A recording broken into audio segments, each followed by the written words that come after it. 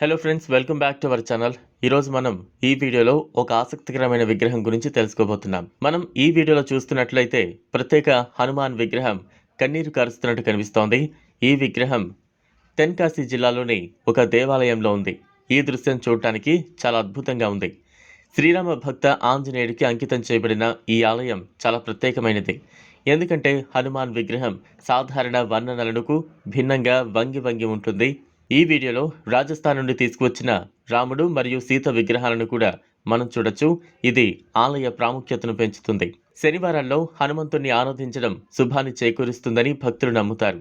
మరియు ఈ వీడియోలో అమ్మవారికి ప్రత్యేక పూజలు జరిగేలా నెల చివరి శనివారం మినహా శనివారం మధ్యాహ్నం 2 గంటలకు జరిగే ప్రత్యేక పూజలు హైలైట్గా మారాయి.